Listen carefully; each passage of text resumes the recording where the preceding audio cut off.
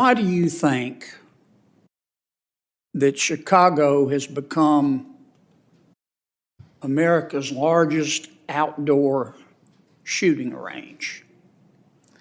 Do you think it's because of Chicago citizens who have no criminal record, but who have lawfully a gun in their home for protection or perhaps for hunting? Or do you think it's because of a finite group of criminals who have rap sheets as long as King Kong's arm? So Mississippi, Louisiana, and Missouri actually have higher firearm death rates. Obviously, there's certain... What about Chicago? So I don't live in Chicago. It's not my primary area of research. You don't have an opinion on that? I think there's easy access to firearms combined with environmental conditions, lack of great education. There have actually been studies showing that when you green vacant lots and repair abandoned buildings in urban neighborhoods, you see decreases in gunshots, in violence, as well as in stress and depression in the neighborhoods around them. No disrespect, Doc, but that sounds a lot like word salad to me. What's up, everybody? Major Retired Richard Ojeda here, and Senator John Kennedy of Louisiana, the state that ranks number 2 in the nation for gun deaths, tried to push a bogus Second Amendment talking point and use Chicago as his go-to scapegoat to dodge the fact that only Mississippi ranks higher than his state when it comes to gun violence. It's a familiar tactic with the GOP. Blur the lines between correlation and causation and use out-of-context talking points to deflect any perception of just how badly they're doing at their job. I am a board-certified emergency physician and dean of the Yale School of Public Health.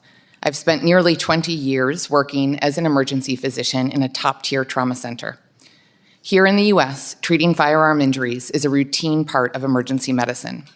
During our training, we learn how to identify who must go right to an operating room, how to crack the chest of someone who's bleeding out, and how to notify family members of a death.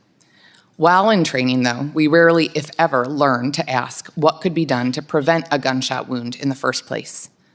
That changed for me about 15 years ago, after I cared for a young man, the son of a first responder, who had shot himself with his parents' firearm.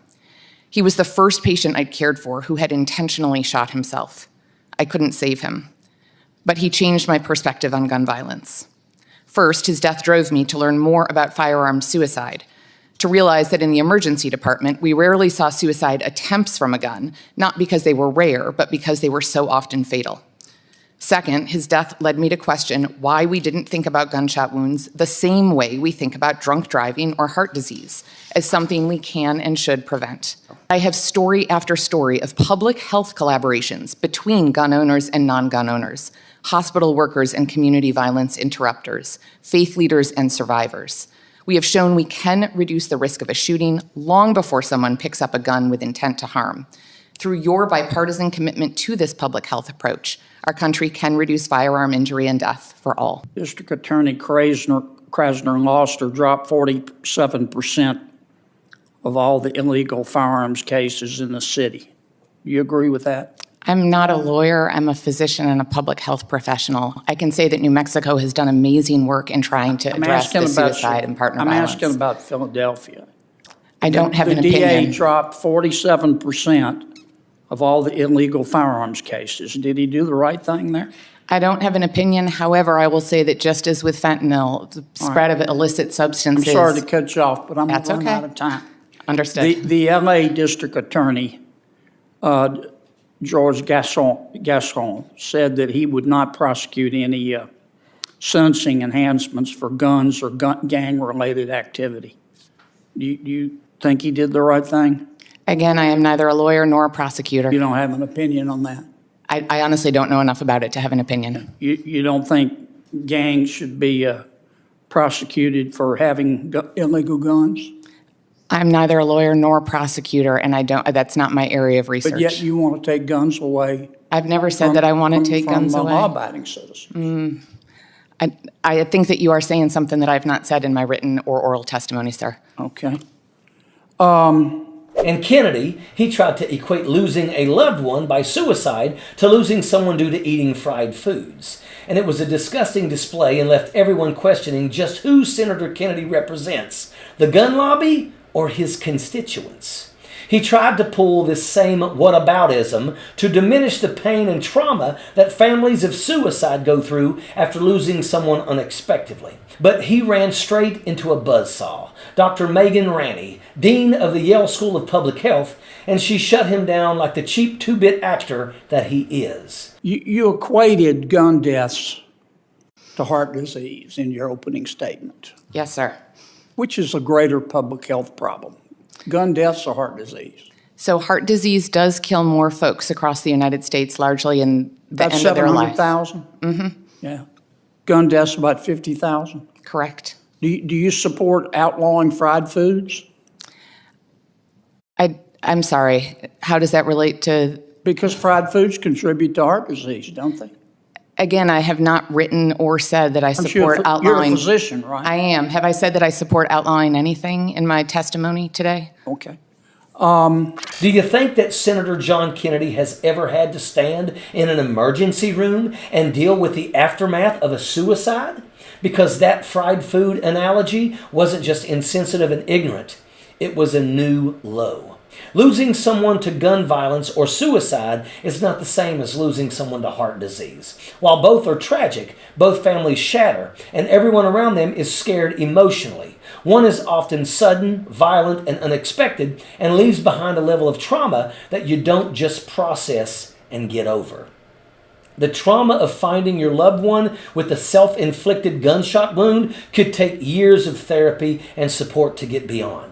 The images that are burned into the memory just don't go away. And survivors are oftentimes left with the burden of unanswered questions of why. It's not a simple situation. It's tragic, heartbreaking, and life-shattering for those who are left behind. And for him to sit there and casually suggest that perhaps it's the person's own fault tells you everything you need to know about Kennedy and this deflective argument that Republicans always fall back on. GOP politicians love to confuse the issue. That's exactly what Kennedy is doing here. He's cherry-picking stats, twisting context, and trying to weaponize talking points instead of addressing what's really going on. The issues that affects his own state, even. Yeah. And let's be real, this isn't happening in a vacuum. Kennedy is a paid shield and has gotten donations from the NRA, other gun right PACs, and donors connected to groups like APAC. So when he's in his element pushing these ridiculous arguments, it's completely fair to ask, who the hell is this sellout really speaking for? Because it sure as hell doesn't sound like he's speaking on behalf of the families reeling in emergency rooms nationwide after losing a loved one. It sure as hell doesn't sound like he's comforting a crying widow, an orphan, brother, or uncle. Nope. It sounds like he's speaking on behalf of all of the fanatical gun lobbies and PACs that have greased his pockets for years. So if you're unclear about whether or not Donald Trump and Republicans actually care about you, look at how John Kennedy is trying to spin the heartache of losing someone you love. Dr. Megan Ranney, the dean of the Yale School of Public Health, ultimately put this phony in his place. She's someone who has actually stood in those rooms, someone who has dealt with incoming trauma, panic, tragedy, and then had to turn around and deal with the family members afterwards. A person who's seen the blood, heard the cries, and had to deliver the kind of news no family member ever wants to hear. And she laid it out clearly, what gun violence actually looks like. Not in rhetorical sound bites, but in real life. The kind of trauma that you don't just move on from. The kind of moment that splits a family's life in two, before and after. And while she was laying out real-world experience, real data, and real human impact, what was Kennedy doing? He's flipping through papers, looking at some manuscript his staff put together, cherry-picking stats like he's reading the Bible trying to pull a verse out of context, throwing gotcha questions, trying to weaponize bullet points. Because he wasn't there to learn anything. He wasn't there to fix anything. He was there to spin, deflect, and protect the gun lobby narrative. Fact. And when that didn't work, when he couldn't shake her, couldn't break her argument, couldn't outmatch her expertise, because let's be honest, he has none. He defaulted right back to what they always do. Word salad. That's the play. Word salad. Because when the facts hit Republicans in the face, they don't respond with substance. They respond with insults and character assassination. That's the entire playbook. Ignore the experts, dismiss the facts, mock the truth in science. And what you saw in that moment wasn't just a senator getting shut down. You saw someone who didn't want the truth, because the truth exposes exactly who they are. So let's go back to the question that he tried to push. Why do you think that Chicago has become America's largest outdoor shooting range? And the answer is simple. It hasn't. Kennedy doesn't have a real argument, and he knows it. He has buzzwords designed to fire up a base and keep the donations rolling in. So no, Chicago's not the shooting range, John. Why don't you look in your own backyard? It's Louisiana, second worst in the country. Only Mississippi is higher. But you don't want to talk about that, do you? You want to stand there, talk about God, pass judgment, dodge accountability, and pretend like you're doing something meaningful, when all you're really doing is protecting the same interests that keep your pockets lined.